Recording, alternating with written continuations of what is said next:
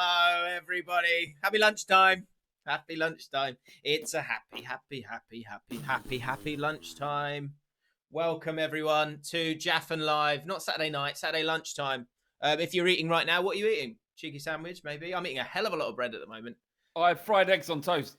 Did you? I had dippy eggs. Oh, wait, I've gone with butter and Marmite. I love Marmite. The missus taught me that. You boiled an egg? I've got a Tefal egg and toast and egg. It's an absolute revelation. I've seen that. It's pretty grotty. It needs chucking out, that does. It's so good. It is a touch grotty. That's a good point. It's maybe something for me to do. But right now we've got an amazing piece of engineering, isn't it? It's like one of we peaked when we made that. But there is one. There's toast and sausage, and there's toast and egg, and then there's toast and egg and beans as well. You seen that one? Beans. Toast and egg and beans. Do you know what happened? So just to explain to everyone what we're going to be doing here, it's going to get pretty tasty here. So this is the A to Z live podcast. We haven't got football to talk about, so we're just going to make our way through the alphabet and talk about all things different letters. Today is letter B. We did letter A first time last week. Go check that out. And I asked you guys on Twitter, on my community page, and also we asked for your favourite footballers beginning with the letter B, and you have written them down, and we're going to talk about those. But in the second half of this podcast, we will be ranking or talking about the 26 best British biscuits. I've got an article from Joe where they've ranked them, and we will see what our thoughts are when it comes to biscuits. This could quite possibly be either the best out here or worst bit of content we've ever produced. I think that's a fair shout. What we also were doing is, if you come up with some good stuff in the chat, we'll react to it. Like, for example, Gary Colbert just said, hot take, lockdown is actually a good thing, kinda. If you put financial things aside, people get to step back from the rat race.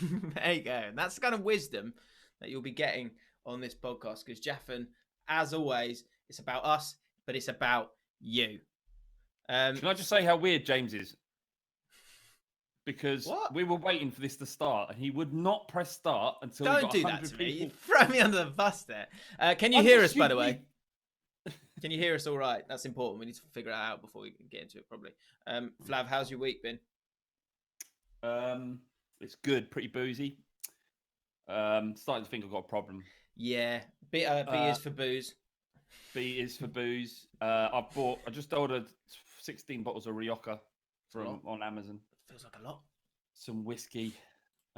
It's just like, because there's no rules anymore, is it? You do what you want. Yeah. And I don't have to get up. If I don't want to. I was up at about 6:30 this morning, to be honest, but you don't have to get up. There's no job to go to. Everyone really, apart from like all the people dying and that. Yeah. Everyone's just got a free run at staying and drinking at home all day. It's so tempting, I've got to say. You know what my living room's like, and actually everyone knows where my booze is. It's behind us, isn't it, when we're normally recording? So in the background, so when I sit on my sofa there, so this is the TV in front of me, there to my left is all the lovely booze and spirits. And you sit down at I don't know, even if it's just 5 o'clock or early. I know you've been drinking 10 a.m. sometimes, Flav, whilst you're homeschooling the kids. But not quite that early. Well, you did say 10 a.m. to me. You said at stretch, you'll see if you can get yourself to 10 a.m. But you're even having a little Irish. That's an Irish tea that you're drinking right now. But I'll look to my left, and I will kind of go, yeah, right, isn't it? It's 6 o'clock somewhere. Yeah. And it's not just me as well, because everyone I'm talking to is like, yeah, man, the drinking, it's getting. Yeah. Because people, the rules, you're controlled. Your healthy lifestyle, to some degree, your healthy lifestyle is controlled by how well am I going to perform at. Fuck me, someone's just donated £10. €10. Super chat is available, guys, if you fancy it. God bless you, bloody hell, I don't see any of that, by the way, but that is such a lovely thing. Any of you lads thinking of growing the hair out or going for the buzz? Love from Ireland. Let's talk about the buzz. Let's talk about the Barnet. It's so funny that he sent that across, because I said to my missus, I think today's the day. Well, you're gonna buzz it. Everyone's got to eventually, right? Mate, we are. That is definitely. That's such a good. I wanted to tweet this out yesterday. I literally wrote it out, guys. So what's everyone going to do with their hair here. Yeah. And then I thought that seems a bit trivial. I probably shouldn't be doing that right now because there's people dying. But Yeah, it's a very important question. What are you doing with your barnet? She just said no. She said no. It's not. It's okay. I can get. She just walked past. So I can get away with it for a little bit. But yeah, not buzzing it yet. I have buzzed it a couple of times in the past. I don't know if it suits me. I've got a beard now, so maybe that will help the situation. But eventually, you've got to, because you look like an utter, street dweller, don't you? You've got a wedding as well. All being well in September. Yeah, well, we'll see. We'll see about that. Everyone laughed at me getting my trim a bit shorter, but once again, Allcott lands on his feet. And, yeah, it's holding I've got up. a couple of weeks hanging in there. It's the You sides though for everyone, because we're living in a world of skin fades, aren't we? So what's everyone supposed to do? Skin. So I think too many people have skin fades. It just looks a bit silly. The older you are, the more silly it looks. So I had it once, and I was like, never again. Okay. Well, yeah, but the fact is that a lot of people are not used to having a lot of hair on the sides. And generally, it's like you have a bit more on top, don't you? Have you a bit less on the side. So I don't know what people are going to do. I've got a friend who's she's a makeup artist, but she can cut hair and stuff like that. I'm going to have a word with her. Well, what? She can't do it from there though. I'm going to say, can you just get in touch and do a tutorial so you can I can figure out how to cut my hair. Go on, have a super chat. Go on, that. Hope you guys stay well. I'll stay safe, fellas. And everyone in the chat too. Enzo Martino, what a legend. What is going on here? I don't know. That's 18. That's what's it? €10, about a pound, isn't it? You've just made £18. I'll transfer you half, Flav. Don't worry. No, you're all right, Jim. You're all right. You're you do all the work, don't you? You keep it. What two lovely gestures. That doesn't mean I cut my own hair. It wasn't good. That's what he said. Really? Can you on Twitter send us a picture of you and your haircut holding a spoon? Enzo. We'll play it at the end, Enzo. So tweet me at James Allcott, and we'll show your lovely face. That's a good point. Actually, we did that in the last stream. We can do that this time as well. If anyone wants to get on this stream, all you got to do is I'm gonna tweet now. Actually, we did it last time, didn't we? The word spoon. And if you take a picture of yourself holding a spoon, you'll see it at the end of this. Yeah, we had Maria, what's her name? Maria Williams. Yeah, poor girl. And we had to call her age. People were guessing her age. It's just unfair, I thought. Right, let's talk about the things, the letter B, and then we'll get to the biscuits, which I'm excited about. Because I think people get quite passionate about this kind of stuff. Matt Robson, first up, Ben Rama, Brentford. Not talking about Brentford. Sorry, Matt. Sorry. He's a good player. He tore us apart. Next. Out of Office, the Office podcast is a good podcast. Actually, go check this out. Actually, I can show you. It's amazing because Out of Office there's someone that listened to our podcast, got in contact, and now you've been on there. I think. Yep, I've done one. I've got a mug. They sent me a mug. I was buzzing. Did you? Oh yeah, I've seen you use it, and Ricky and John Bass as well. Oh yeah, they've been on as well. Oh. Yeah. So David Brent. I honestly, some things are like sliding doors moments. I feel like The Office is such a huge part of how I talk, how I sort of say a joke, how I behave, like how we do our podcast, how I react to stuff that you say. It's like Brent's ingrained in me. It's insane. Yeah. Do you think though that Cal's just donated another tenner? You can stop now, lads.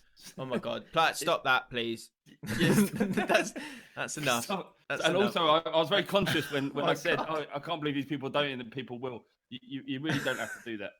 Thank you, though. I mean, feck it, tenner for the both of you. Yeah, no, bless him. All right, enough. Sorry, yeah, but what? So you're is it a bit overrated, The Office? Just asking. Is it overrated? No. Is it better than Partridge? It's better than Partridge for me. It's more multi-layered than Partridge. We kind of spoke about this last time, didn't we? Because we had Alan Partridge. Is it better than Peep Show? Yeah, I don't get Peep Show as much as everyone else does. Other people go crazy about it, but The Office is different level, and Extras is actually quite underrated. Extras is amazing, but I think you're fanboying a little bit over Gervais and not really seeing the whole body of work of Partridge. Right. What I want to ask you a question: Have you watched This Country?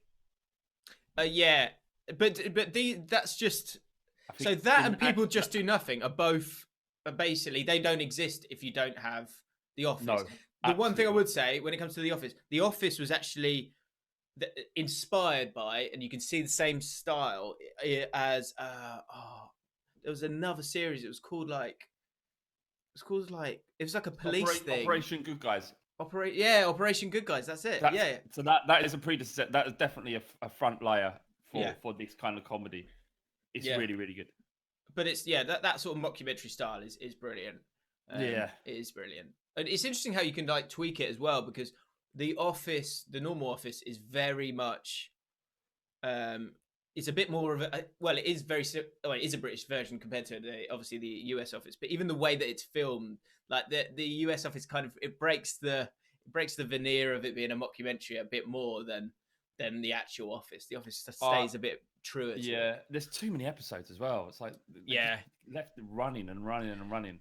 I don't know if it's making money, but I like the fact that he always walks away after 2 series. Because whether you like Ricky Gervais or not, he's a fucking genius. You know what I mean? Like his ability to write is incredible. He's such a funny man, and the fact that he's willing to give up on sure things and just create something new just shows what a genius he is. Yeah, and the Christmas special. Oh God, Maria, stop it now. Maria's done it as well. What's it? More money? You're lucky I came back again. Hang on, that's only £2. The last one's 10. I shouldn't even read that out. No more money. Yeah. Not good enough, Maria. So we spoke about Brent quite a lot last time, so we don't need to add too much. All right, someone could just another B if we're doing the theme is B, so we're allowed to go anywhere we want. It's definitely B. Did Flav just fart? Says Josh Cleves.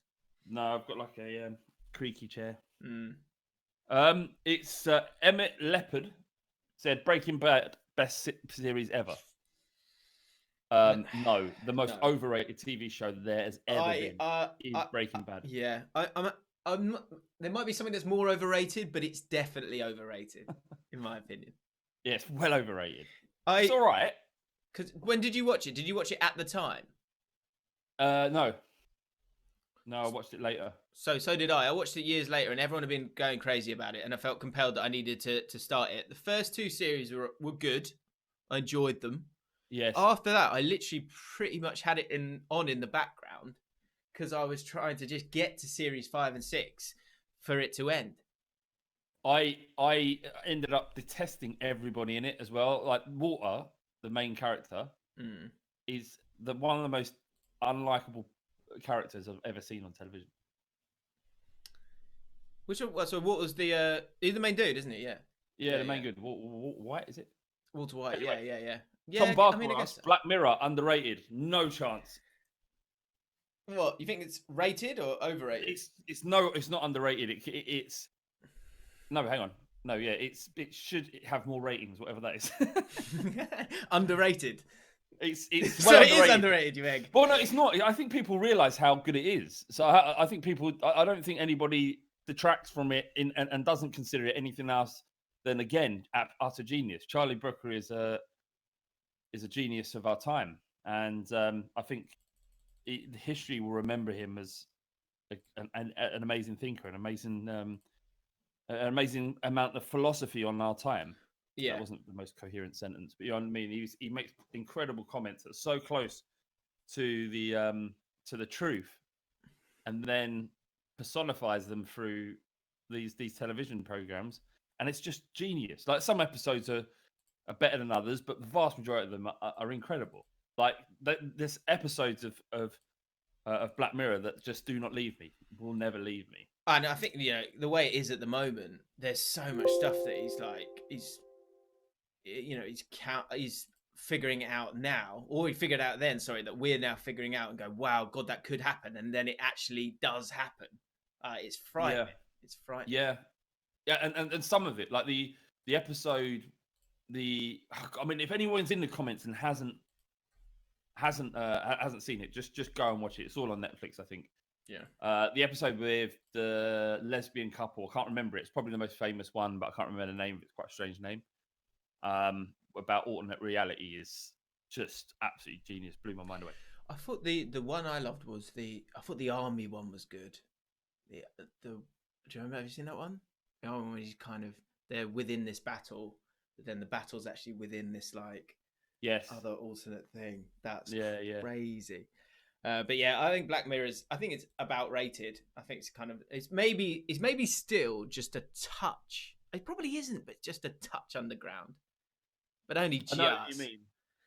I know what Only you mean. just. Right, let's keep going. Should we have some footballers? Let's have some footballers. Yeah, go on then. Here you go. Charlie, who was on the streams with Smith's mates. Dennis Bergkamp.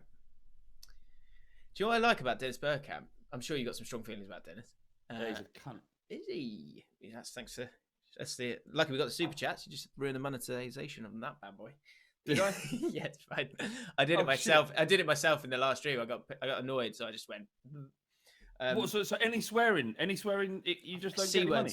Look, do you know, if you're South sorry, Jim. Oh no, don't be silly. If you're South African, the way people say the word can't, you're going to get done, aren't you? Hi guys, here's 10 things you can't do. Like they're getting like you're screwed, aren't you? You're just gonna get. Why am I getting demonetized? 10 things I can't live without. That's a nightmare. Dennis Bergkamp. What I liked about him, I always love players with no pace. I absolutely love players with no pace. So he didn't really have much pace, which I liked. Scored great goals. I also, bit like a Zidane.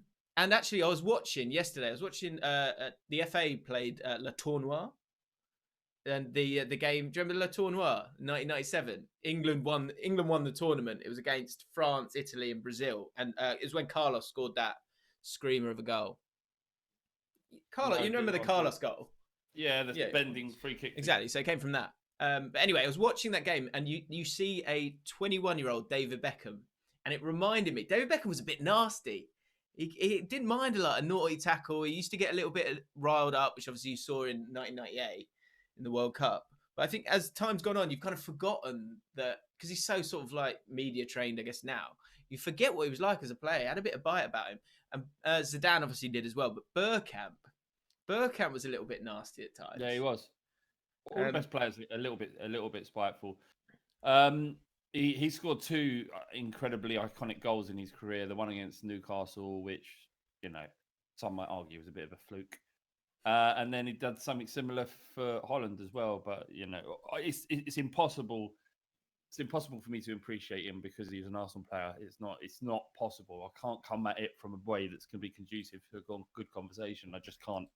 I hated his guts. Even though he always come across as quite a nice guy. But, yeah. It'd be interesting to see how his managerial career kind of moves on. But yeah, what is he managing now? He's I know he's a coach at Ajax. I don't know where he is actually at the moment. I can have a quick look. Do you know? I was watching just as a side to that. I was watching a documentary this morning about Roy Jones Jr., the boxer, who's considered during his peak to be one of the best to ever fight. Right? Boxing B, isn't it? So. Boxing B, good. Good. And there's this bit where he's teaching Eubank Jr. about how to do a pull counter, which is essentially where you evade the punch and then follow it up with a straight right punch. Okay. So Mayweather have done it a lot. All the best fighters adopt it. It's a good skill, right? But they're saying why wouldn't he have been able to go on to become a great cornerman or manager of a boxer, because he's never really done that, and the very best boxers don't. And it's because you can't teach a God-given talent. He can't pass on the information because he has no idea how he's gained it. So, and it turns out that very technical players, like in footballing sense, the very best footballing players probably don't make the step up to being great managers because they can't teach what they know. Some of it is God-given. Can't, like Glenn Hoddle famously had issues with his players because he was better than them on the training pitch still.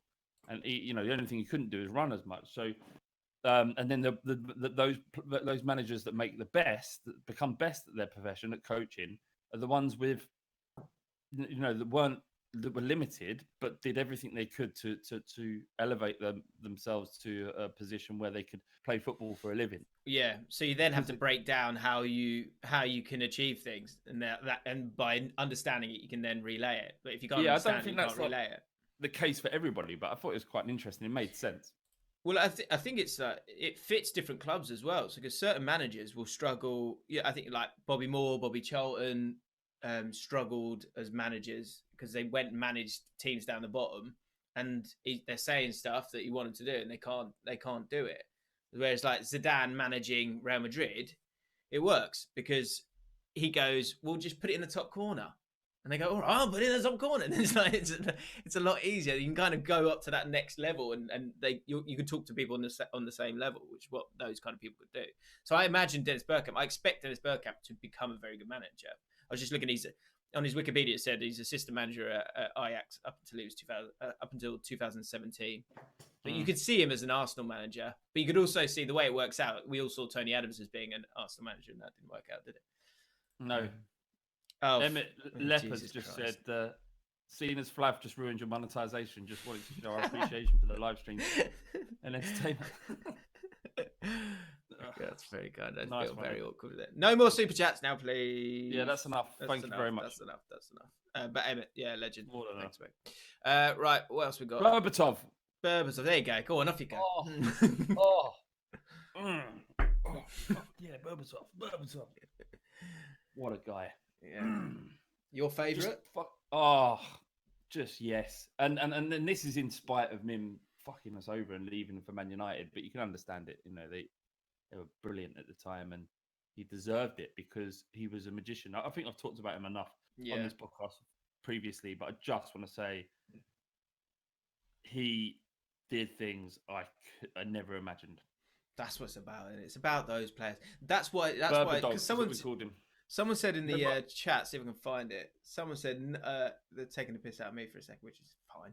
That's why I'm here. They're saying absolutely no one. Then it says, James, I love a player with no pace. But like there's such Matt. There you go, Alex T. No one, and then James. I love players with no pace. The reason you love players with no pace, Berbatov's to a point is an example as well. Or Teddy Sheringham is because there's like magic in that. Like when in a world that's like there's so much going on around you, the ability to stand still and still just totally impact a game of football. Watching that game again, Teddy Sheringham in the Le Tournoi game, he does just stand still sometimes and get it and then play it. And by standing still, you could do more damage. He had no pace, no pace at all. But the reason why he got to the very top of his game and won a Champions League, Teddy Sheringham, despite being the slowest player on earth, is because he had the quickest mind. He adapted other ways. He found other ways to play the game, and he was incredible. Berbatov and Sheringham probably are my two favourite strikers at Tottenham ever.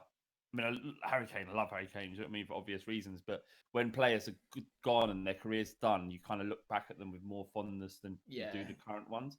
And there's some players you ache after. There is definitely players I like. Ali Fowlin, like I know people don't know who he is, but like, and I wish there was a compilation of his like passes and stuff. But his like, I ache for some of his through balls, like just getting on the ball. He just walk over to a left back or right back, like James Perch. We had a player called James Perch who was at Wigan, not a good footballer on the ball, and he would be terrible for long periods of the season. But then the games that Ali Fowler would play, he'd go over to him and go, just give it here. And he'd go, okay, yeah, you have it. And everyone looks better. And everything's just so easy. And then he'd just see a pass that he'd already seen about fucking three seconds before that. And just play a ping. And I ache for players like that, man. I do. I'm Alex T says Bobby Firmino. We won't be talking about him because his name isn't Bobby. No. It's Roberto. All right? No one calls him Bobby in his home country. True. Just Scousers. Joey Barton. We've got Joey Barton here. What do you think of Joey Barton? Because obviously I've got a lot of views on Joey Barton, and I've had quite a relationship with Joey. He was a nutcase, wasn't he? He was a psychotic footballer who went out to injure people. He did injure people. He stubbed a cigar out on was it Aldo's eye? Was his name Aldo? I can't remember. Some kid, wasn't it? At Man City. He was a child. He got beat people up in the street. He's pretty much a nasty individual. Yeah. And then kind of this pseudo intellectualism, which is fine. It's good to try and broaden your vocabulary and appear to be intelligent and try and better yourself. But I don't know. It's just like it was like he managed to create a character. So I don't know. I'm sort of reaching here, Jim. I don't really have It's all right. anything to say. No, about I Craig. just wanted to see. I was wondering what your perception of it was. He was a decent footballer, Premier League footballer, decent. Yeah, I think at most. So for QPR, he was wow. Like he had a mad few years with us. Because he had the first year where he came in, he was giving it the big one, and in that season where we stayed up, which was the Aguero game, which he got sent off in that Man City game. Throughout the season, he was terrible. He was absolutely terrible for us because as much as he, and I think he said this, as much as he sort of had the ego of going, "Nah, be brave, get on the ball," it was the pressure that he put on himself, the loudmouth ways that he had, it was putting a lot of pressure on himself, and he crumbled and crumbled. We played one game. We played Liverpool at home. We beat them 3-2, I think, but we went 2-0 down, and Barton was in quicksand. Like I've had it in games where your head's just not right, and you just do not want the ball. But because of his ego, he would just get on the ball again and again, and he would lose it again and again. He was in quicksand, and he got taken off after about 55 minutes or something, and everyone just sort of cheered, which is always like not a nice thing to see. And then a few games later, he's too big a player not to play. He plays in that Man City game, gets himself sent off, looks like he's going to take us down. Somehow the other, we still lost the game, but the other players played incredibly. And then he went to Marseille for a year on loan. And you sort of remember that viral clip of him going, trying to talk in English, but talking in a French accent, yeah. And then the season after that, we went down, and he'd said, "I will not be playing in the Championship." But he came back, and I don't think anyone wanted him, and he wasn't going to get the same wages. So he then came back and started for us. And he played for another 2 seasons. He got us up, and he was brilliant. Is he good in the Championship? Yeah. He was a joke in the Championship. In terms of and even in the Premier League, he did always get on the ball. His stamina is right up there with any QPR player I've ever seen in terms of getting around the pitch. And at that point, I think he's probably 32. Maybe by that point.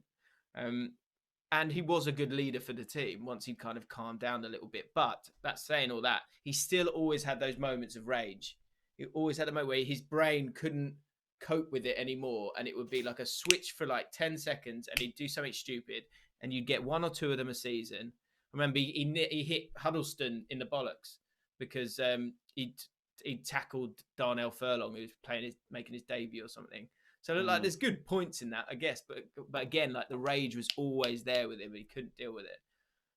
But yeah, that's Joe Barton. Scott T said still waiting for Flav to link B to porn somehow. So on that note, what's your favourite category of porn that has B in it?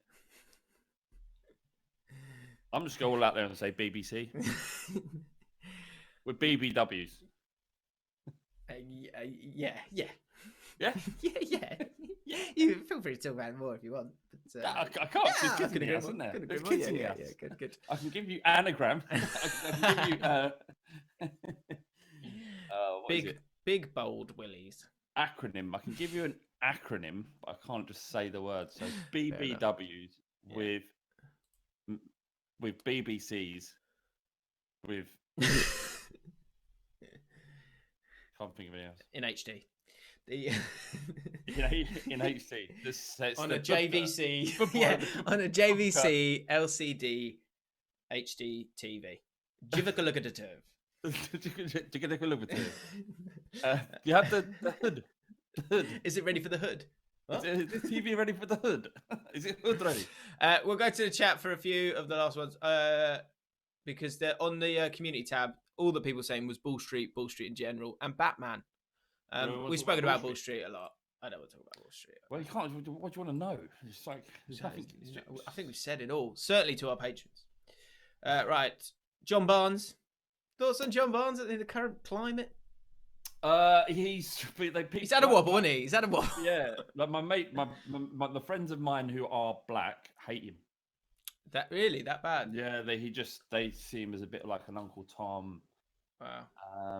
So I don't know. I imagine he was surrounded in a culture at football that was less tolerant than it is now when he was playing. So I don't know where he comes from for his positions. I don't really have an opinion on him, but I'll trust my friends who think he's a bit of an Uncle Tom and not helpful. I'll trust their judgment rather than saying shit myself.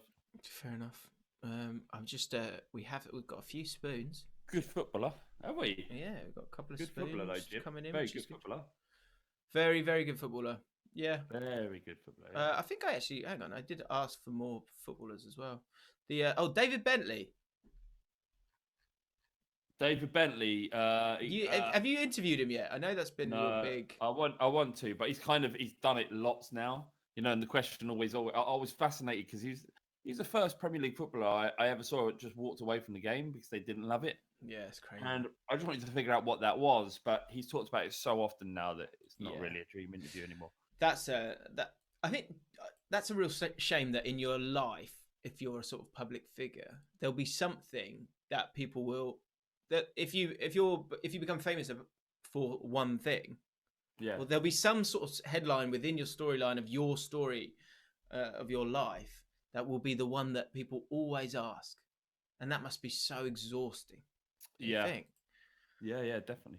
Like, and because like, say Bentley, it's like, why did you quit? Zidane, it's like, why did you headbutt that guy?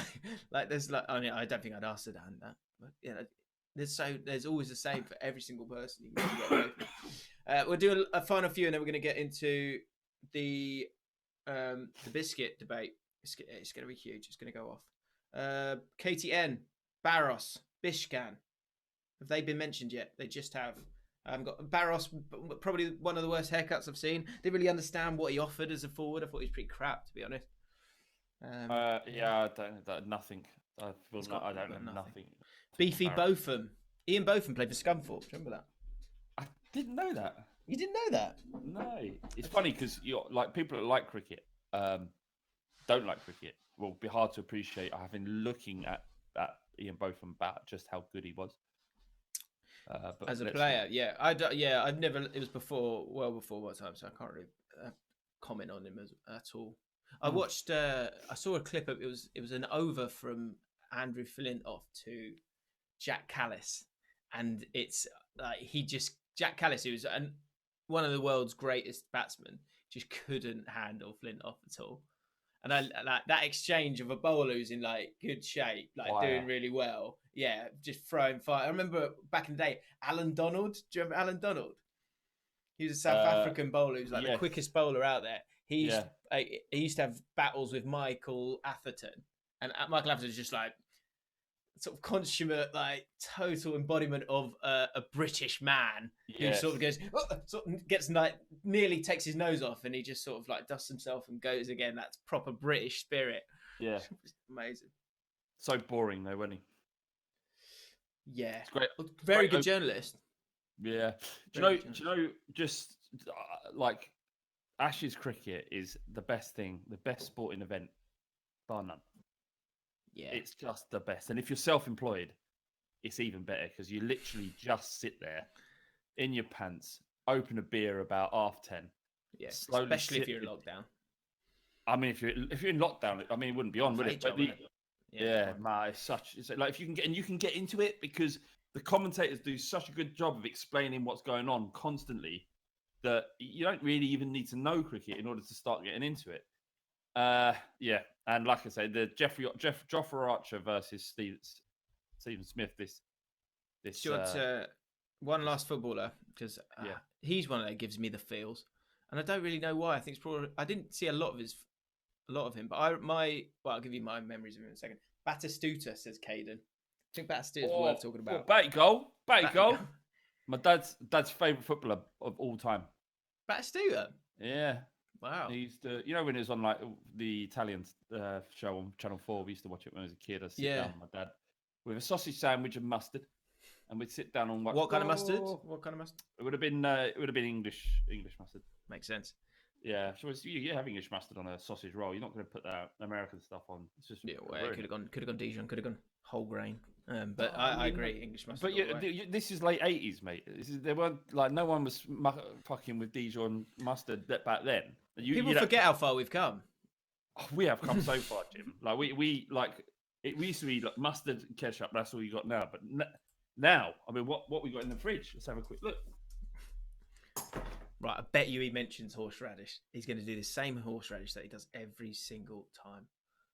Every single time he brings up the same horseradish that he's got from the local market or something. He says it every single time. I bet this is the one he brings out. Guaranteed. Shame, I haven't got much in there. All right. What kind of why? What did you have available? I think I don't know. I'm just a big fan of anything that just kicks you in the mouth when you put it in there. Do you know what I mean? What do you mean? Well, like strong mustard, like English mustard. It's like being punched in the mouth, isn't it? Yeah, just mustard. Only like mustard. Yeah. Anything else kick you? Wasabi will kick you in the mouth. No. Oh, wasabi. Well, I like that though. And then horseradish. The hotter the better. I found the horseradish cream is better than just hot horseradish. It's better. Okay, interesting. Right, is it time for biscuits? I feel like it is. If you want. What do you mean if you want? This is huge, mate. Is it? Yes. Right. I don't really like biscuits. What? Now I'm you tell me.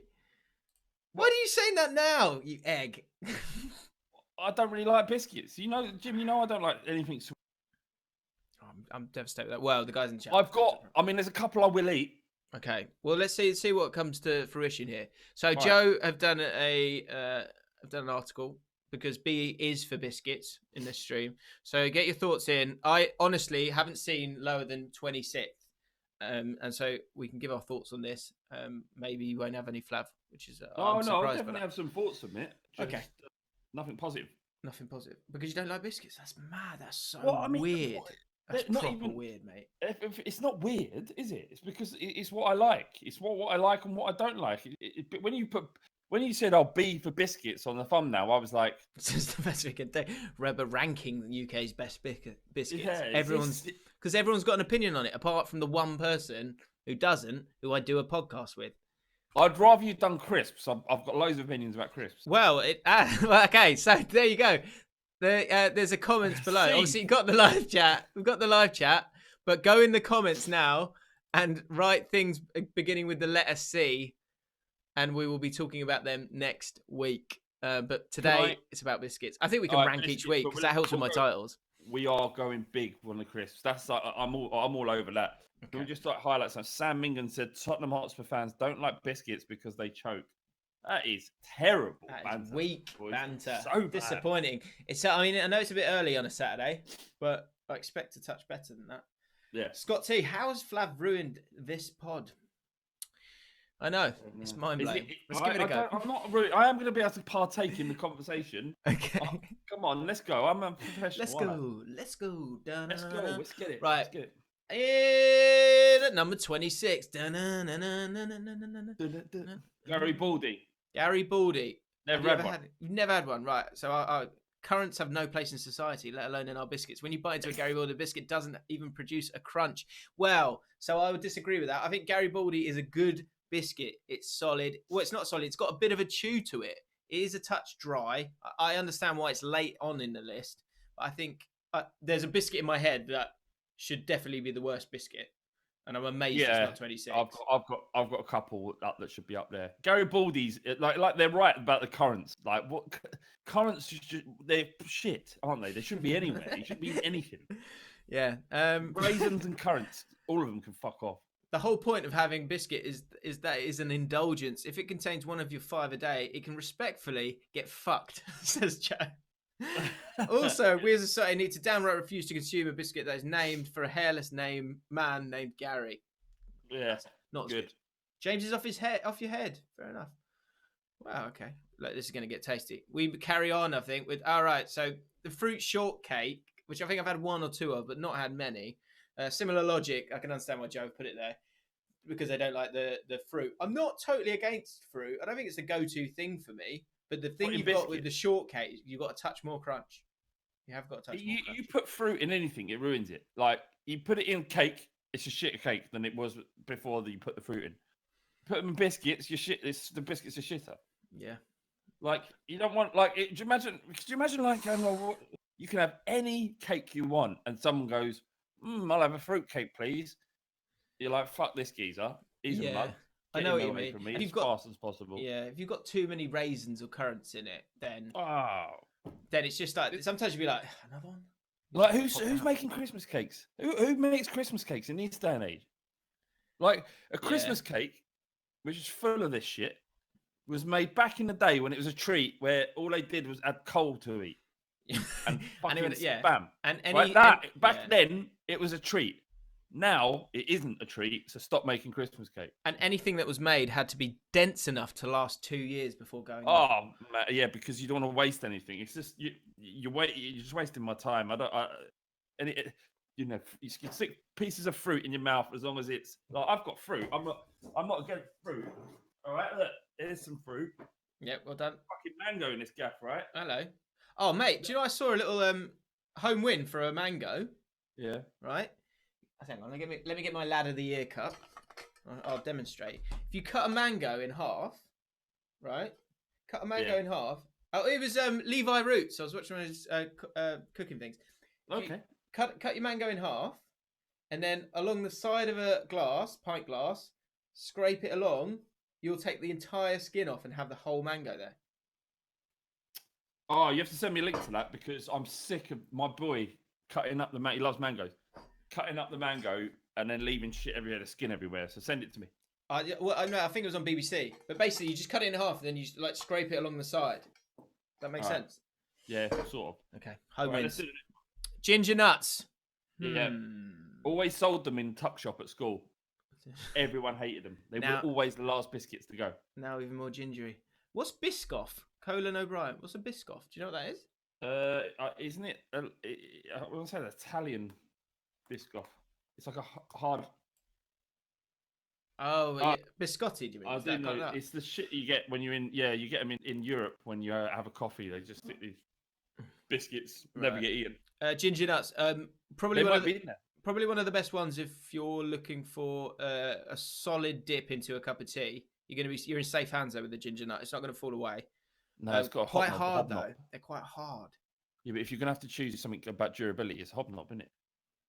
Well, hobnob can still. I reckon if you put in a ginger nut or you put in a hobnob into a cup of tea at the exact same time, the ginger nut survives longest. Easy. Any day of the week, I take that back. Maybe, but you think it's digestive should, but it doesn't. It falls apart. Yeah, but it's a strong consistency. The ginger nut, very different. Right, here we go. Now here comes the controversy because this is the biscuit that should not be made anymore. It's an absolute waste of time. It's crap. It tastes like nothing. It's called rich tea. You're supposed to put it in your tea. It falls away like that. It's like putting toilet paper in your tea. It's a disgrace of a biscuit. It's not got nothing on the top. I doubt they put any sugar in it. Yeah. It can piss off. The people that eat rich tea still are probably not going to, coronavirus will probably get If them. you're buying rich tea biscuits, you're honestly, you need to take a long, hard look at yourself. You're wasting your life. Swellhead Spur, what are you on about, mate? I'm a fan of yours, but hang on, he's disappeared. Swellhead Spur, rich tea should be higher in the list. Absolutely not. It's just nothing. It doesn't taste of anything. It's shit. It's crap. Absolutely crap. Agreed. Viscount. There you go. They agree. Why waste 38 calories on the most boring biscuit in existence when you can just immediately die on the spot instead? Rich tea biscuits are so plain. They order the weakest level of spice in Nando's and still find it a bit much. They're the kind of person who does that. Absolutely. I can't get more. They're so crap. Yeah. Okay, we move on. Oh. Don't know what that is. Have you ever had that? Of course. I've never had a Viscount.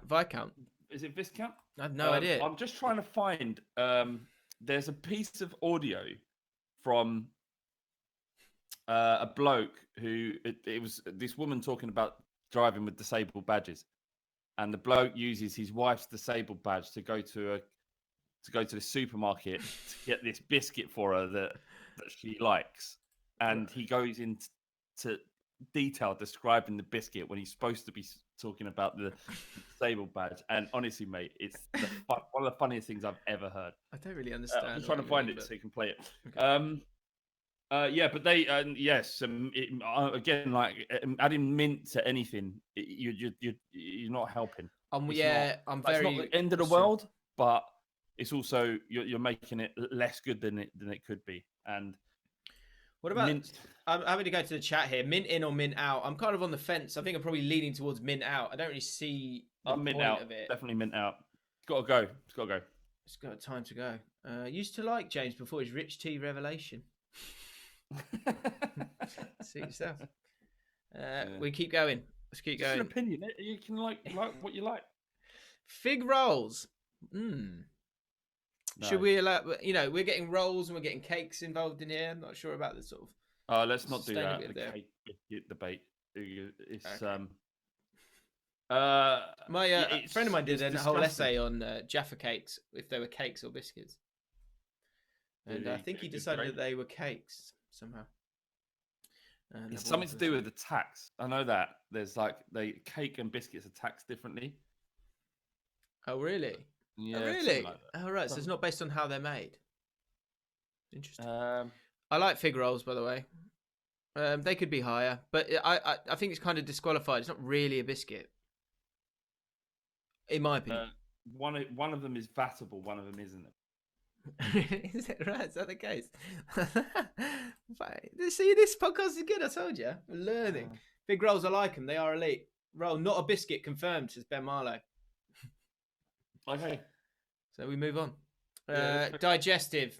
It's a steady biscuit. It's a solid biscuit. Can't go wrong with one, really. No. Add a bit of chocolate to it. It's better. Dark chocolate, even better.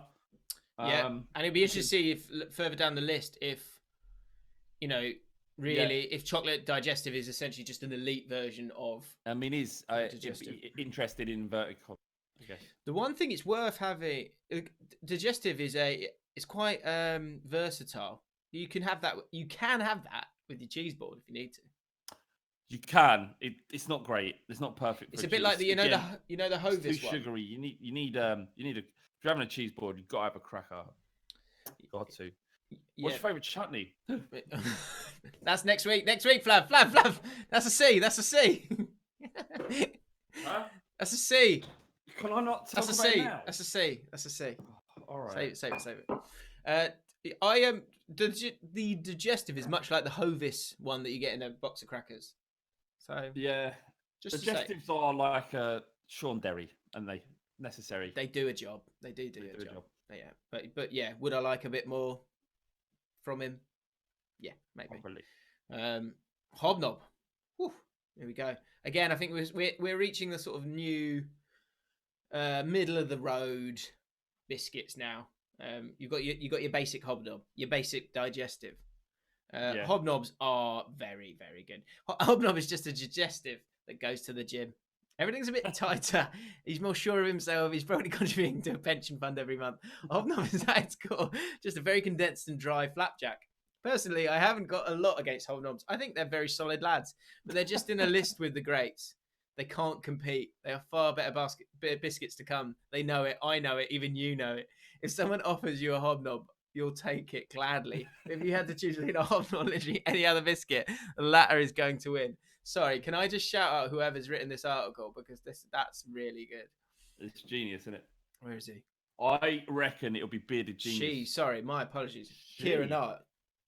Yeah, women can be funny too. Yes. Right, let's keep going. Yeah, that's so bang on. That's so good. Amazing. Ooh, nice. Nice or nice? Nice or nice? Nice. Ah. Nice. Spell niece in the chat, as in like you've got, here's I've got a niece. No, it's just so I know. I'm saying this is how you make it a vote. This is how it works. That's what I'm saying. No, I'm pretty sure it's Nice, as in like the place Nice. Right. Nice yeah. biscuits. I think you're right. They're fine. A bit fancy, more fancy than the digestive, offering pretty much the same value in terms of taste. They're too sweet. They're way too sweet. They have a little dusting of sugar, don't they? Sometimes they do, and it's almost like you want more sugar. There's shitloads of sugar in it. Let's just add some more sugar on top of it. Yeah, I can understand. I think some people coconutty. It's the coconut affair. What? Oh, right. It's coconutty, aren't they? They're very coconutty. Oh, interesting. Yeah, well, this is what it says. Everyone's life is broken into two distinct halves. The time before you learn that these biscuits are coconut flavoured and the time after. Wow. Oh, my God. I didn't know that.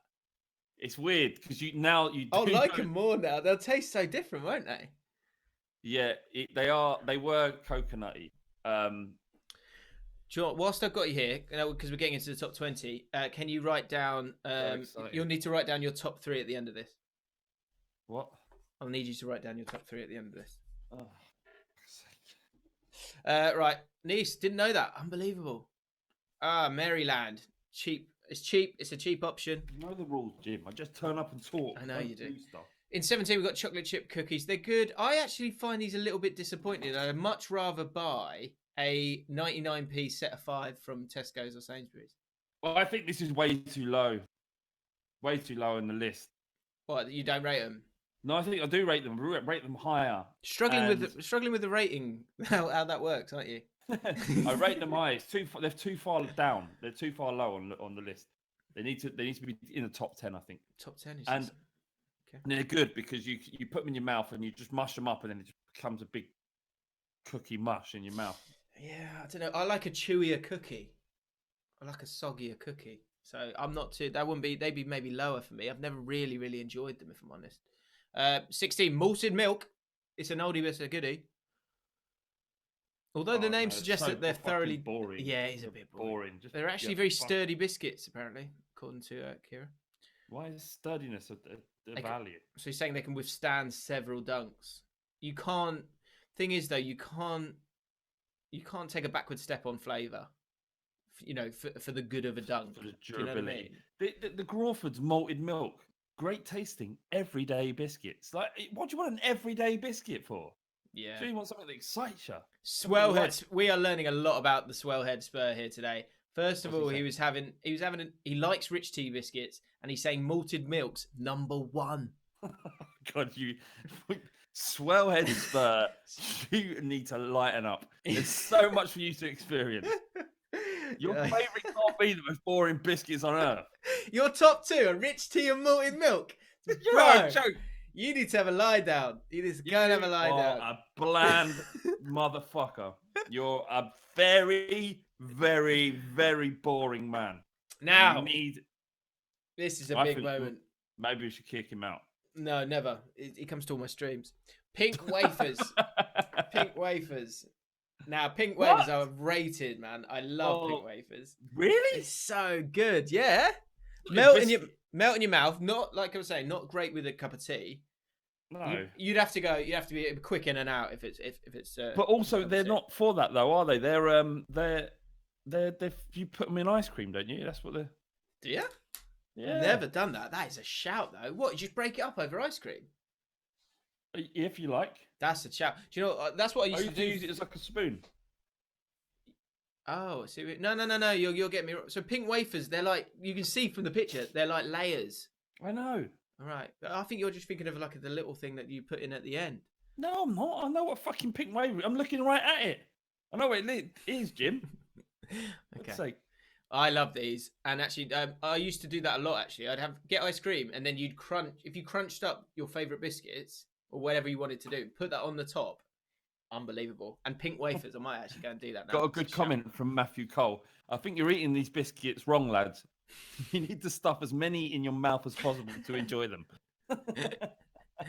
Right. Oh, here we go. Jaffa cakes. Controversial. Thoughts on Jaffa cakes? Joe Baker, I didn't put rich tea at number 1. Yeah. I saw that. Come on. Joe Baker saying that that's slander. That is slander, saying that you are calling rich tea number 1 biscuit. No. I don't even like them. I think they should be banned. Jaffa cakes. Banging. Jaffa cakes. Not even giving rise to the biscuit cake divide here, because it's the most boring discussion since the Great Sparkling Water debate of 2013, which we have all blanked from our memories. Jaffa cakes are a confusing biscuit. They don't crunch. They don't snap. They certainly don't adapt to the conditions met with being dunked into a cup of tea. Whatever they are, they're not awful. If someone put a plate of Jaffa cakes in front of you, you are going to eat one. Yes, absolutely. At the end of the day, they are a treat. They combine chocolate with some sort of dough. Ergo, they are not bad. Yeah. I think that's a great shout. And this spits in the face of the idea that, previous comment that putting fruit with any kind of biscuit or cake isn't good. Yeah. Because it is really good. That's true. And one of the few chocolates I'll eat is Terry's chocolate orange. Yeah, I often think when I think of Jaffa cakes, and I think of the little, the orange bit that's in it. I feel like it's a biscuit or cake that's had a breast implant, and Yeah, that's like the silicone that's sort gone of in. jelly, sort of Yeah, jelly in it. yeah, it is a little wobbly, like a Shortbread, if 13. yeah, if you had to make a sort of person out of biscuits, probably what would you do? Digestive. The T-shirt would be Nice. The head would be like a digestive, and the boobs would be Jaffa cakes. Okay. Pink wafers for legs and arms. Amazing. And fingers, Oh right, yeah. chocolate fingers for legs. Joel Morris with their super chat. Where's the custard creams? I imagine they're coming. They shouldn't be coming, but they will Whoa, we're gonna have an argument. I can see an argument coming then. Sandwich, says Alexander. No, biscuits. Shortbread. Now, I'm half Scottish, so I feel quite strongly about these. The one thing with these, someone was saying get as many in your gob as possible. When it comes to shortbread, that's not going to be possible because there's a lot going on there. It's it's pure butter, as it says there. Yeah. You got to take your time with them. But in terms of having a pack and them lasting, shortbread is very good. And it's good in the tea, actually, as well.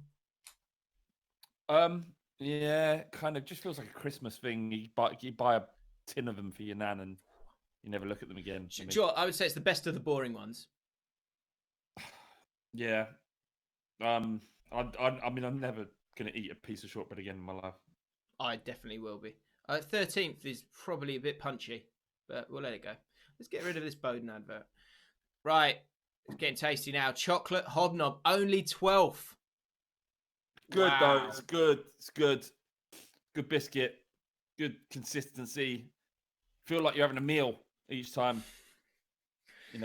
They're I'm amazed they're 12th. They've got to be higher, You've got haven't the they? kind of wheaty crust, which is like your mains, and then the chocolate's like your dessert.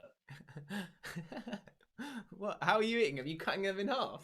No, you're just having your dessert and your mains. In one go. Fair play. Yeah. I'm amazed that that's 12. I am amazed. But let's see if you think that the chocolate hobnob should be any higher than any of these ones that are still to come. Chocolate finger. Now, I'm a big fan of chocolate finger. That sounds bad. How many biscuits do you eat a week?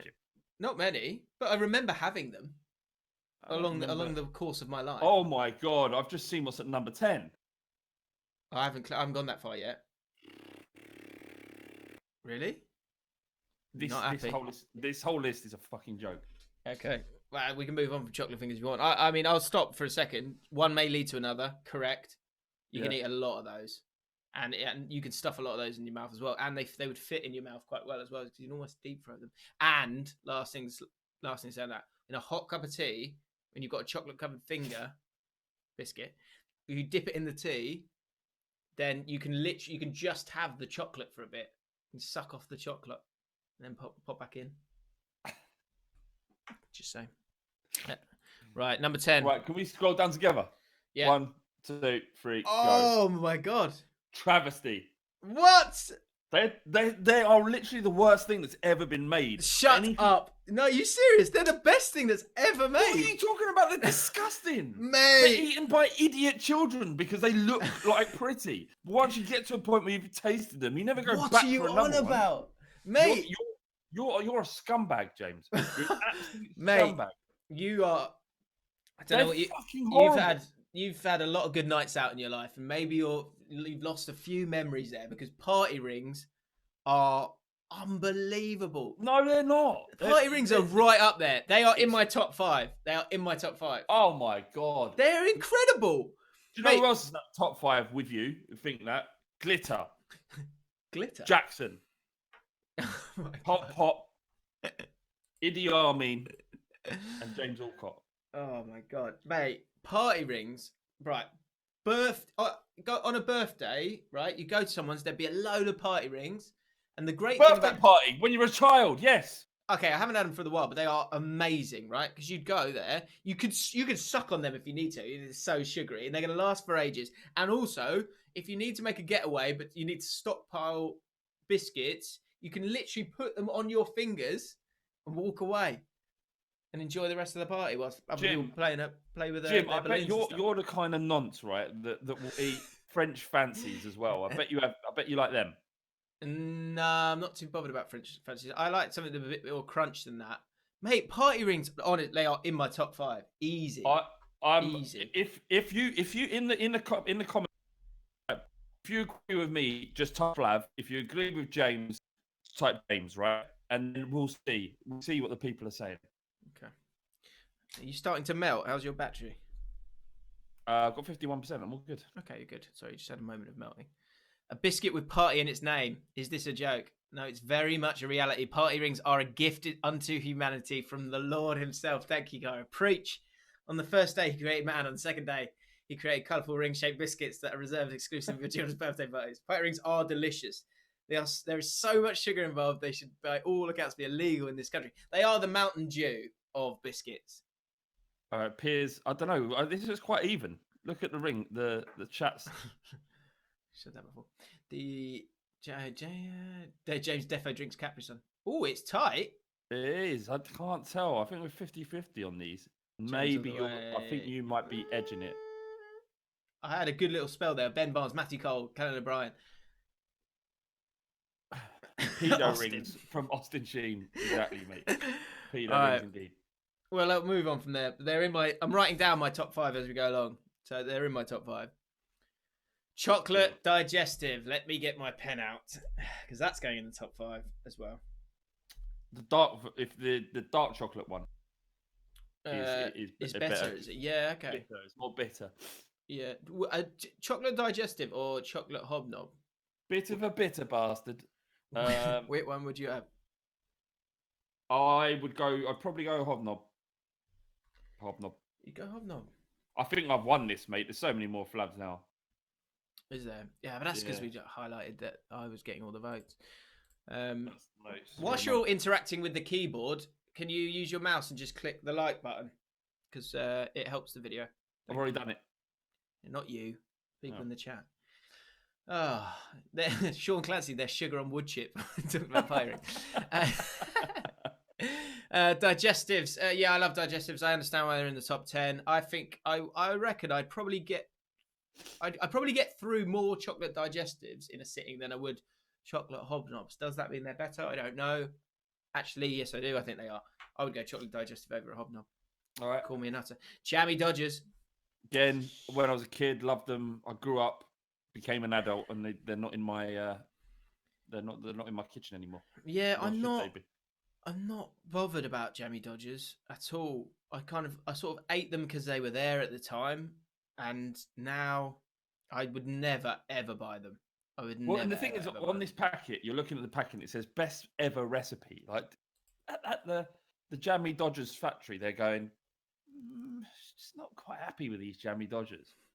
It's not quite happy with them. I mean, I think we need to change the recipe again, and then we'll write the best recipe ever on it. Like, people don't give a shit, do they? Yeah. Like, no one's going around going, Jammy Dodgers are right, but they could be better. No one's ever said that. Yeah. Maybe they're not doing it. They just stick this shit on there. They change a little bit about it, and then think, oh fuck, Jammy Dodgers have changed their recipe again. Let's go and quickly nip down the shops and pick up a pack of them. It's not what this is about. The thing to remember as well is if it's the best, if it's their latest recipe is their best ever one, isn't it? Because you're not going to go, should we use the best ever one or should we just use the other one? Just use the other one.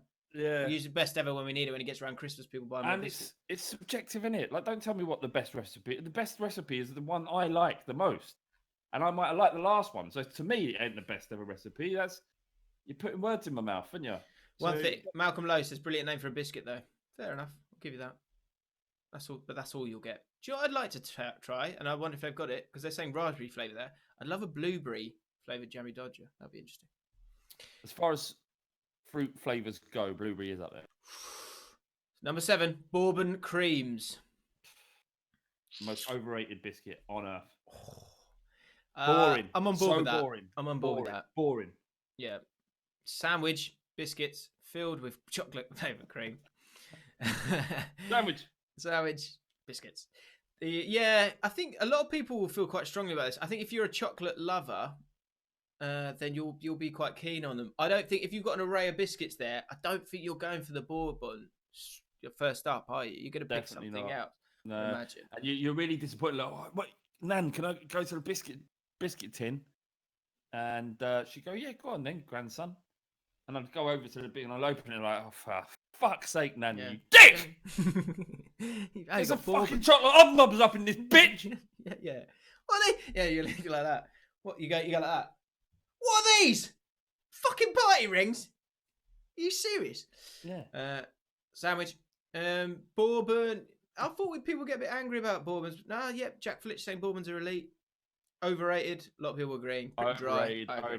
Hence why they're at number 7. Yeah. I'm amazed they're at number 7, if I'm honest. Jam and cream. I don't even know what it is. I've never had a jam and cream. I like the look of it. It looks like a posh jammy dodger. Yeah. I've got no. It's a slightly more rigid jammy dodger, says Kira. It's mad. It must be good because it's hard in 6. I can't say.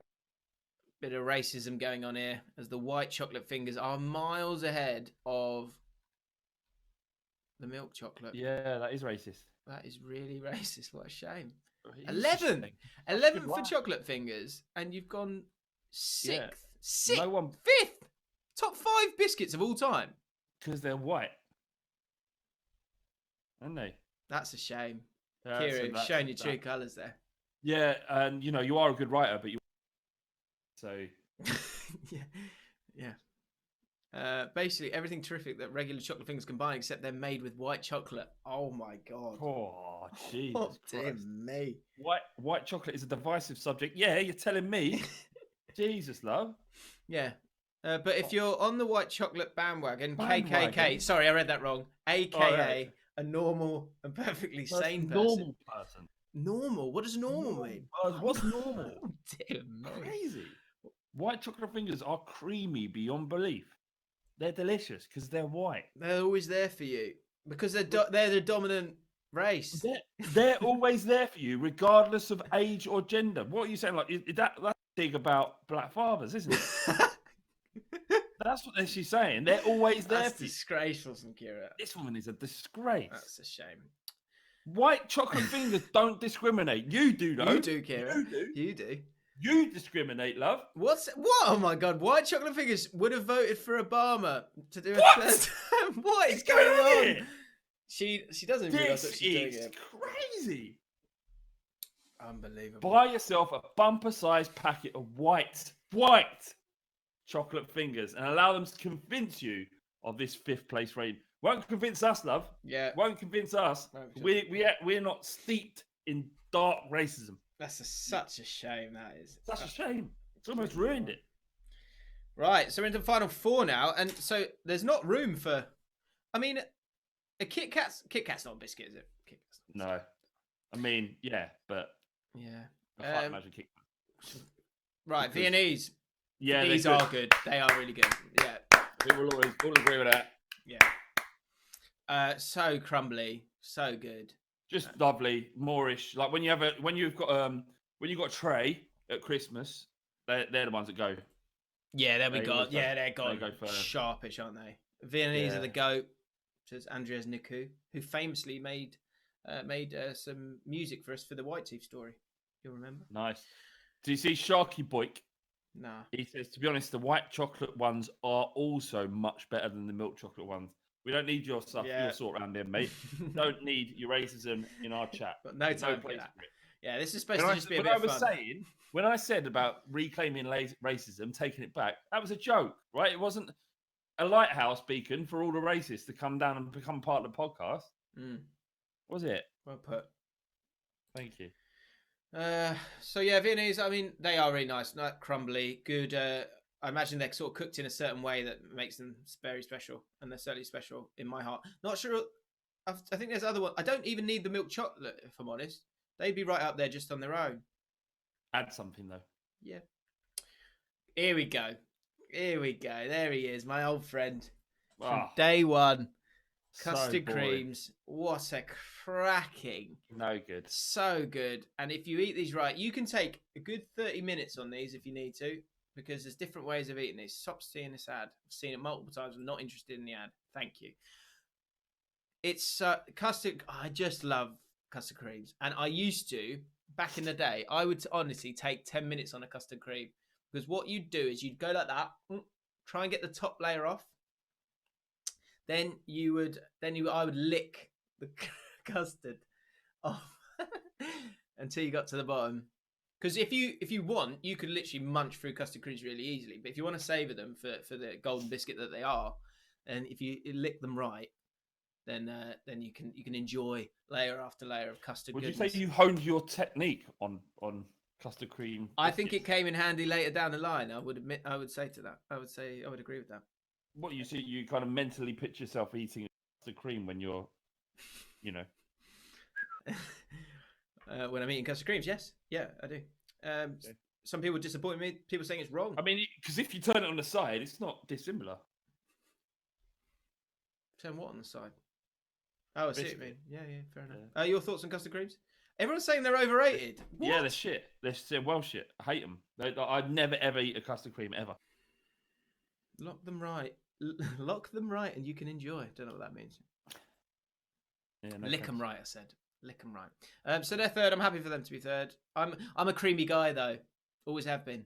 You know when you go to a restaurant. Do you remember that? Remember we used to go to restaurants and you'd get dessert. I'm always going creme brulee. I'm going cheesecake. I'm going creamy. That's just the way I am. Yeah. Tea cakes, number 2. This is a travesty. It's all falling apart, Jim. It's all falling apart. I did used to like tea cakes. But it ain't number 2 biscuit of all time, is it? Yeah, you can't even get that in a tea, can you? As well, because I think. Yeah, I mean, if it's no. That's a mess. That is a mess. It's not even. There are biscuits. Okay, there we go. Yeah, because that's the other thing. I don't want to go big on the whole biscuits cake thing the whole time. They are biscuits. Yeah. Just hear me out, okay? Stop shouting. Thank you. Yeah, marshmallow and chocolate on a biscuit base. I hear what you're saying. They're all right. They're a bit much. They were good in the 90s when your taste buds were ready for that kind of thing. You all right? You okay? Yeah, hang on.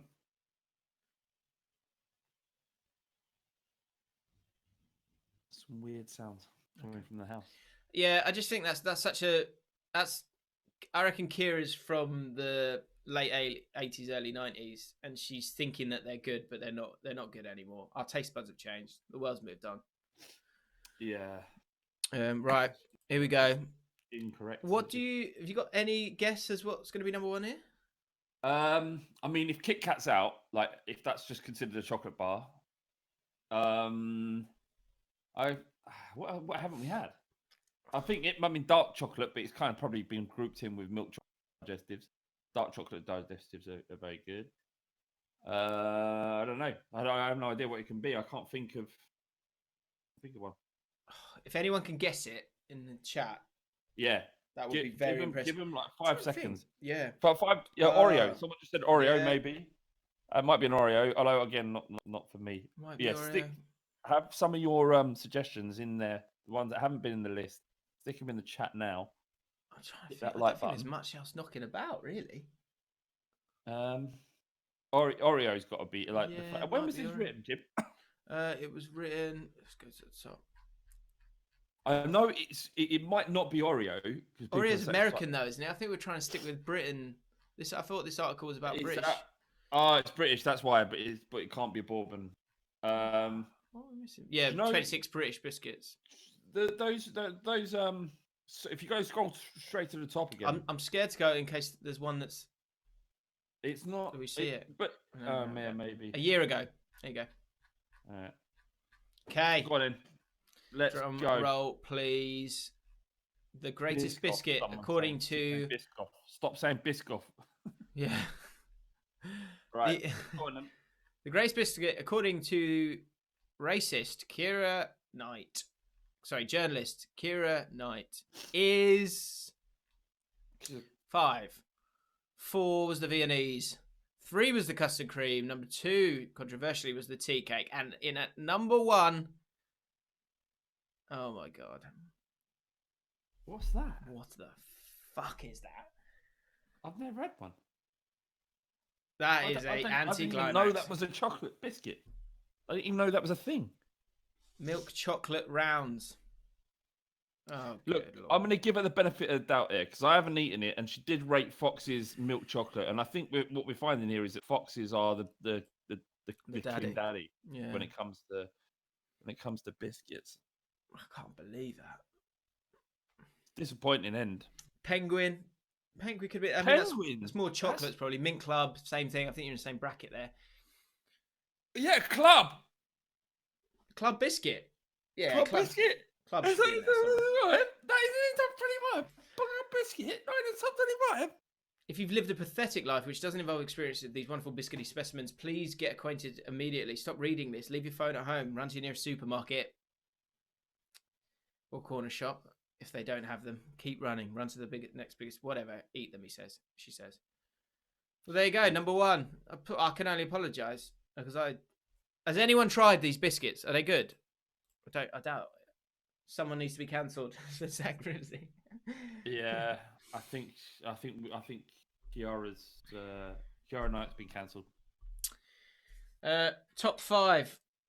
You want to write? Do you want to? I've got 5 written down here. I'm going to say them. I'm going to enjoy the crisps so much better than this conversation. Okay. Just so you know. Top 5. We are going to go. Okay, got my 5. In the comments, not in the chat, in the comments, get your top 5s and get your thoughts for the letter C, what you want us to talk about next week. Right, I've got my top 5. Yeah. Go on then. That was really disappointing. Okay. So, let's have a look. I'm going for, number 5, chocolate fingers. Yes. Number 4, pink wafers. Not such such a snowflake. Number 3, chocolate digestives. Number 2, party rings. Oh, you disgust me. And number 1, custard creams. It's always been you guys. It's always been custard creams. All right, I'm gonna go number 5, Jaffa cakes. Number 4, dark chocolate digestives. That's fine. Number 3, chocolate hobnob. Number 2, what did I didn't write that down in order. I'm gonna go with I'm gonna go with the Maryland cookies. Oh, mate, they're so overrated. Okay, and certain party rings aren't. And then finally the Nice biscuit at the bottom, whatever it's called, the Nice, yeah. That'll be my top 5. Fair point. I will leave you with this, guys. If you haven't tried this biscuit, they're called Stroopwafels, which is a great name to say. Yes. I don't know if you've had a Stroopwafel. Yeah, you can see them now. This isn't an ad. You can get them on eBay apparently. They are amazing. My friend James Zubier offered them to me because he's of Dutch descent. I don't know if they're Dutch, but they're definitely from Europe. Anyway, they're like really chewy, amazing caramelly biscuits, and they're really big discs. And what you're supposed to do is you're supposed to put them on top of your cup of tea and let them kind of melt a touch and get warmed up, and then you eat them. They are amazing. Yeah. You do. They are lovely. Very dense. Who's Fogden? Who's that? Fogden. Yeah, Fogden's he's a mate of mine. He's a very big YouTuber, my friend. Oh, it says he's a nonce in the comments. Just sort of checking who he is. All right, damn. Wish I hadn't spoken to him. He's not old enough, is he? Well, how old is he? You can be a nonce even if you're 18. All right. Right. Frank, come here. Frank. Come here, Frankie. B is for you need to walk. Dogs. Right, guys. We hope you've enjoyed Jeff and Live. Have a great weekend. If you want to join us on Patreon, we do bonus Skypes every week. So you can do that. There's a link in the description, I think. There's Frank. This never works if you try and do this, mate. Not interested. Yeah. Get in the comments. If you're new to the channel and you like the podcast, I'm also streaming loads of football stuff for QPR. We're trying to get ourselves to the Premier League. So subscribe to the channel. Blah, blah, blah, blah. Flav's going to come back as assistant manager soon because he's got unfinished business. I'm just going to sit back and enjoy the show, Jim. Well, something needs to change after yesterday's stream. Yeah, if you haven't checked out yesterday's stream, 2 West London derbies, a touch of heartbreak, if you want to check that out. Right, we're off to enjoy our weekend. You guys do the same. We love you all very much, and we'll see you soon. Say bye, Flav. Hang on. There he is. There he is. Thank you. Oh. Look at him. All right, he's off. He's gone. Have a good weekend, mate. All right, you too, bro. Speak soon. Bye. Bye.